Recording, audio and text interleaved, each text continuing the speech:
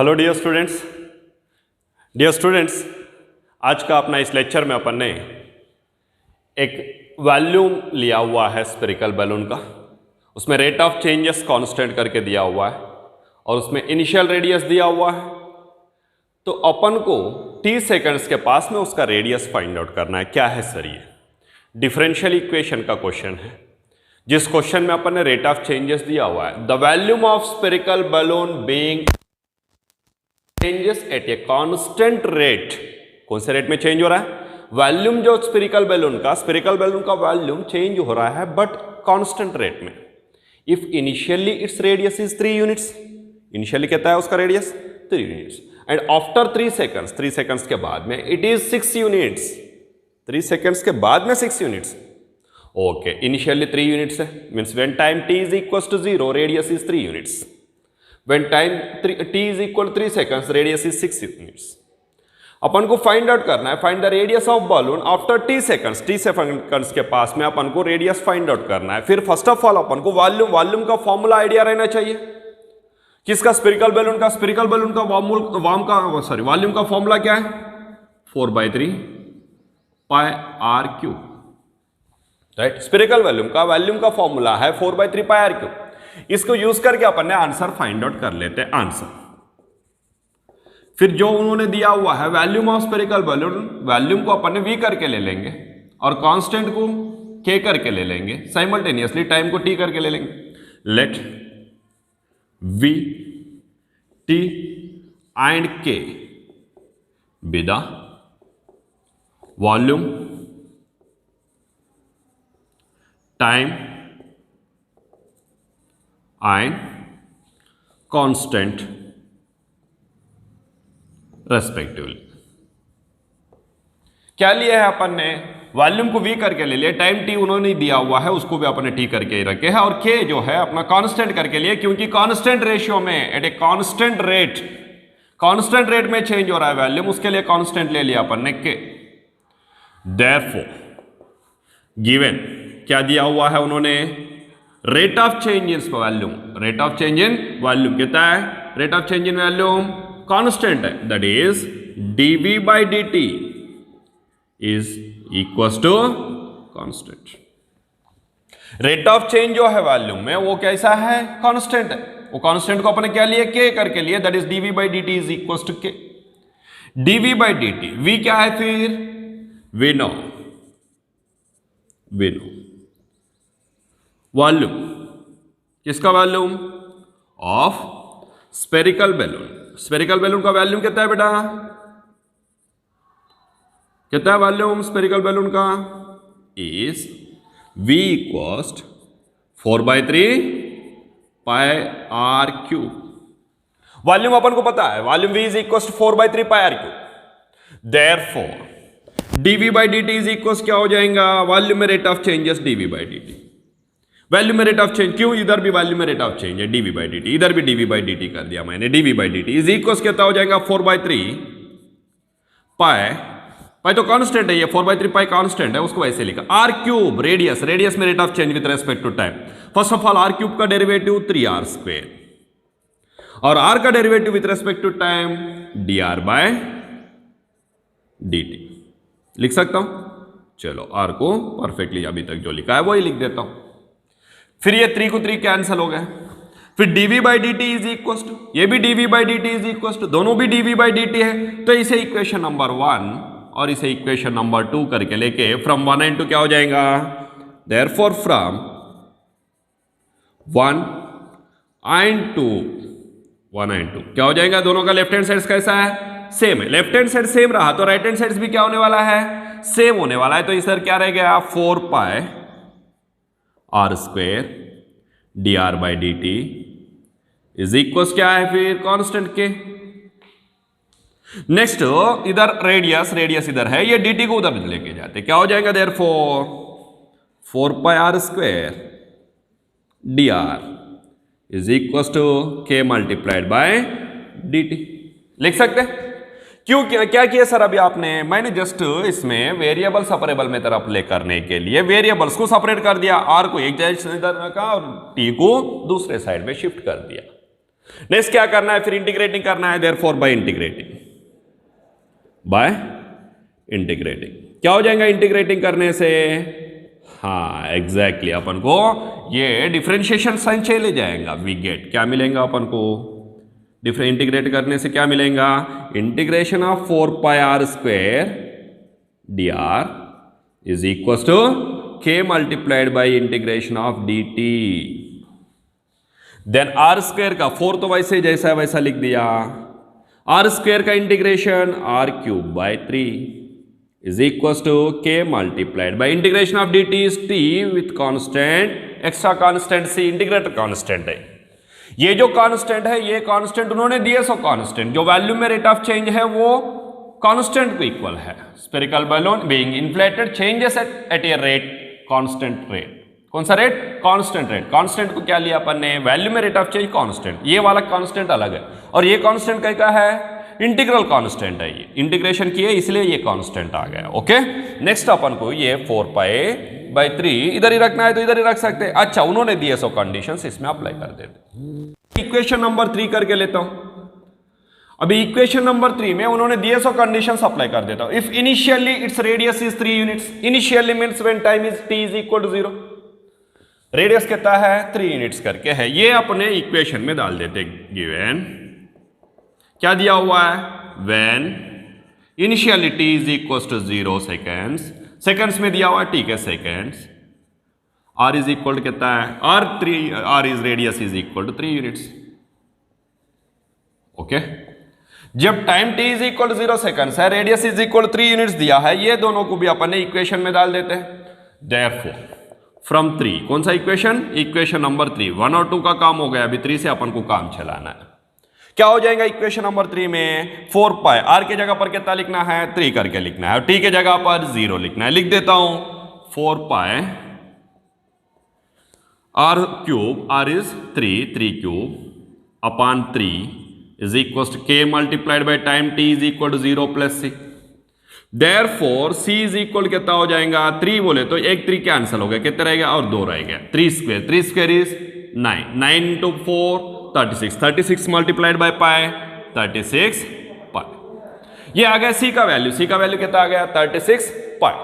c का value को अपन अभी क्या करते हैं, इस इक्वेशन में लिख देते हैं। ये इक्वेशन कौन सा आता है, देयरफॉर इक्वेशन 3 विल बी, एक एक को फाइंड आउट करके लिख देने का, 3 विल बी क्या हो जाएगा equation 3, 4 by 3 pi are cube is equal to k t plus c is 36 pi, c के जगह पर लिख दिया इक्वेशन नंबर 3 में 4 pi by 3 r cube is equal k t plus c, c के जगह पर लिख दिया 36 पाई।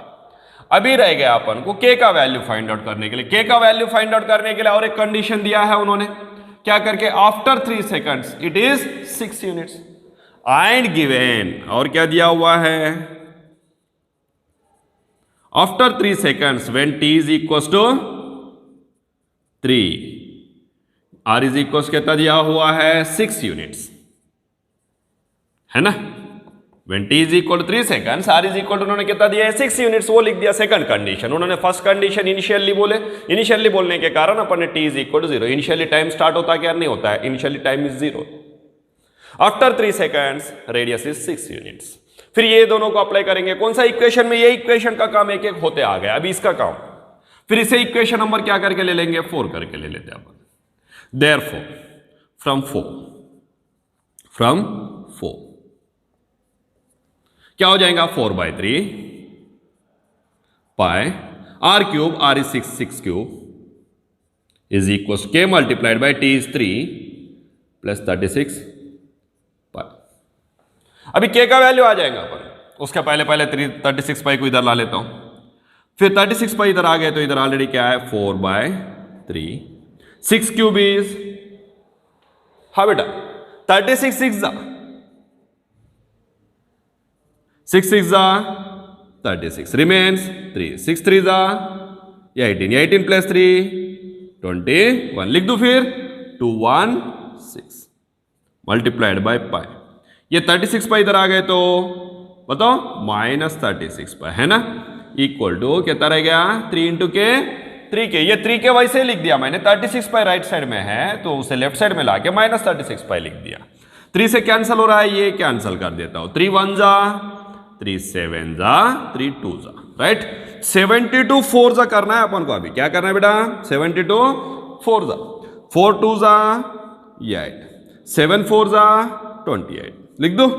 चलो कितना आ गया? 288, 288 पाई, 288 पाई -36 पाई इज इक्वल क्या है? 3k। Therefore 3k is equal कितना हो जाएगा? 288 -36 252।